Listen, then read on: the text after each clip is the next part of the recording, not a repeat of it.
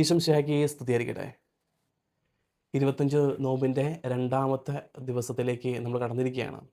ഇന്ന് തിരുസഭ മാതാവ് നമ്മുടെ വിചിന്തനത്തിനായിട്ട് നൽകുന്ന സുവിശേഷ ഭാഗമെന്ന് പറയുക യോഹന്നാന്റെ സുവിശേഷം 1-ാം അധ്യായം 1 മുതൽ 7 വരെയുള്ള തിരുവചനങ്ങളാണ്. യേശുവിനെ പറ്റിയാണ് പറഞ്ഞു വയ്ക്കുക, വചനമാകുന്ന യേശുവിനെ പറ്റി.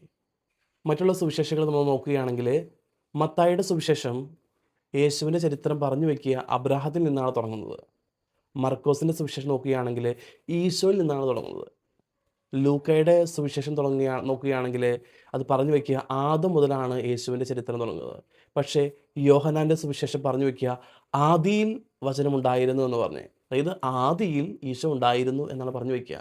ആദിയിൽ എന്ന് പറയുമ്പോൾ അത് ബിഫോറാണ്, എല്ലാത്തിനും മുമ്പിൽ, എല്ലാം തുടങ്ങുന്നതിന് മുൻപ് ആണ് ഈശോ ഉണ്ടായിരുന്നു എന്ന് പറയുക.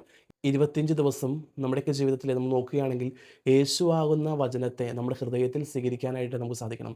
പരിശുദ്ധ അമ്മ ആ വചനത്തെ ഹൃദയത്തിൽ സ്വീകരിച്ചപ്പോൾ അവൾ ഭാഗ്യവതി എന്ന് വിളിക്കപ്പെട്ടു. നമ്മളൊക്കെ ജീവിതത്തിൽ ഈ 25 ദിവസം നമ്മൾ ആത്മാർത്ഥമായിട്ട് ക്രിസ്തുവാകുന്ന ആ വചനത്തെ ഹൃദയത്തിൽ പിറവി കൊടുക്കാനായിട്ട് നമുക്കും പരിശ്രമിക്കാം. നമ്മുടെയൊക്കെ ജീവിതത്തിൽ നമ്മൾ ചെയ്യുന്ന ഓരോ പ്രവൃത്തിയും അത് വചനമാകുന്ന ക്രിസ്തുവിന് ജന്മം നൽകുവാനായിട്ടുള്ള ഒരു നല്ല ഉദരമായിട്ട് അല്ലെങ്കിൽ നല്ലൊരു ഹൃദയമായിട്ട് മാറ്റുവാനായിട്ട് ദൈവം അനുഗ്രഹിക്കട്ടെ.